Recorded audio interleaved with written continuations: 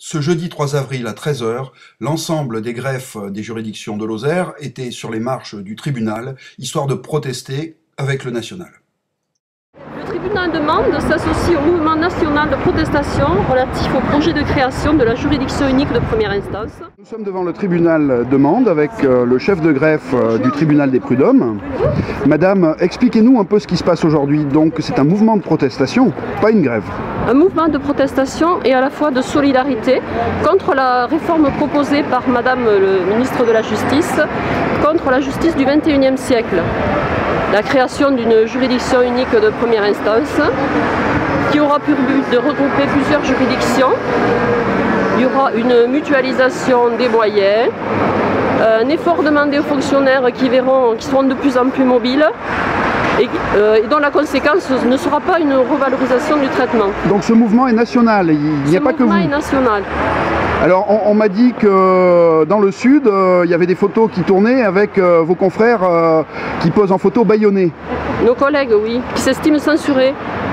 Parce qu'il y a des messages qui n'ont pas pu passer sur la messagerie, sur Internet. Donc l'intranet est un peu censuré dans les tribunaux. Censuré, oui. Ici, vous êtes combien de personnes en tout? Parce qu'il y a plusieurs juridictions qui sont représentées. Il y a toutes les juridictions confondues sont présentes sur ces marches et nous sommes environ une vingtaine de fonctionnaires. Alors vous êtes des gens discrets, d'habitude on ne vous voit pas dans la rue?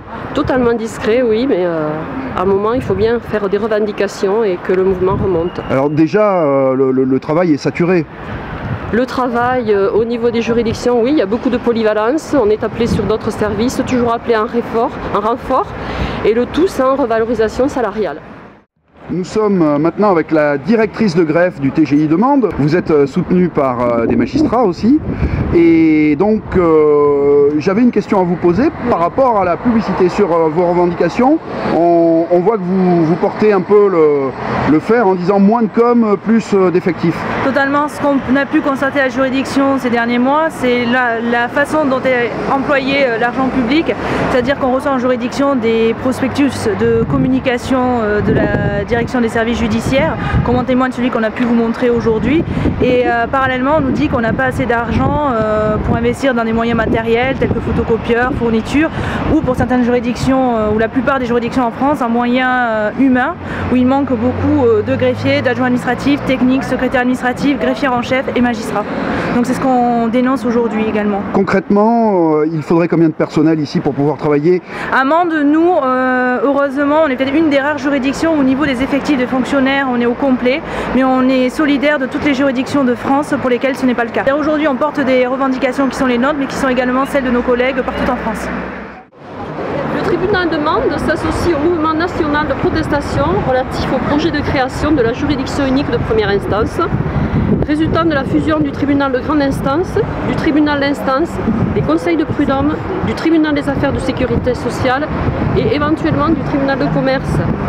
Les conséquences, une mobilité forcée des fonctionnaires et une mutualisation excessive des moyens, qui ont vocation à diminuer les effectifs, mais entraîneront également une nouvelle dégradation du service public. Un constat, les réformes se succèdent depuis des années au ministère de la Justice, à l'absence de revalorisation du traitement des fonctionnaires, sous couvert de participation à l'effort budgétaire, alors que le traitement des magistrats ne cesse d'augmenter.